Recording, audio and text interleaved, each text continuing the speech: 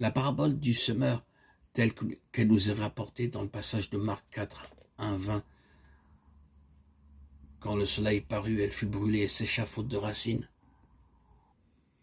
Frères et sœurs, savez-vous de quoi nous parle le soleil? Savez-vous ce que sont ces tribulations et ces persécutions à cause de la parole? Cela nous parle de la croix opérante, et la croix est la plus puissante expression de l'amour de Christ. Lorsque nous sommes allés vers le Seigneur, nous nous sommes réjouis de son salut. Nous avons pensé pouvoir le suivre tout au long du chemin.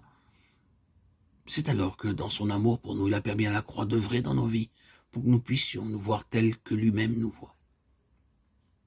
Nous sommes incapables d'apprécier la réelle valeur de ce qui est spirituel et constamment enclins à nous tromper sur notre état réel.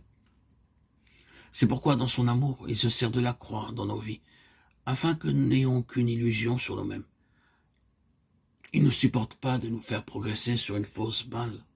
Nous pouvons penser que la volonté de Dieu est notre seul désir. C'est alors que nous pouvons soudainement découvrir que notre volonté et la sienne sont en complet désaccord. Il veut que vous alliez dans une direction et vous voulez vous diriger vers une autre. Vous avez présumé que la seule volonté de Dieu vous conduirait et ainsi ce que cela impliquerait. Et cependant, vous constatez que ce qui survient est tout autre que ce que vous avez pu imaginer. Vous n'aimez pas cela. Vous commencez à raisonner, vous commencez à lutter, vous commencez à poser des questions. Vous n'aviez jamais imaginé, lorsque vous êtes empressé de servir le Seigneur, que les choses tourneraient de cette façon.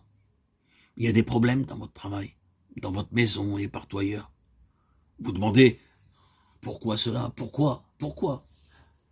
Le fait est que vous contestez avec Dieu. Reconnaissez avec moi que le dépérissement dont parle la parabole de Marc 4, 1, 20 a son origine là. Je sais qu'un certain nombre de croyants parmi nous sont naturellement en controverse avec Dieu.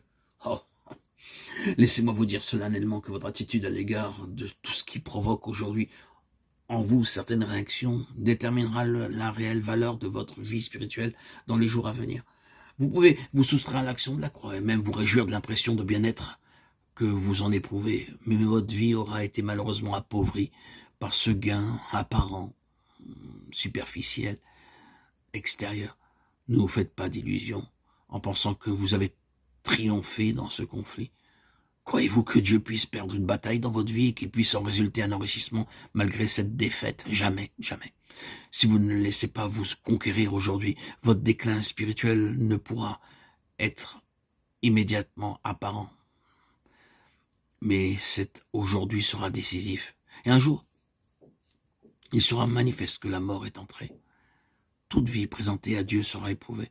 Il ne peut pas accepter notre propre estimation des choses. Il fixe la valeur de notre offrande en la soumettant à l'épreuve et ne détermine sa réelle valeur qu'à l'issue de celle-ci.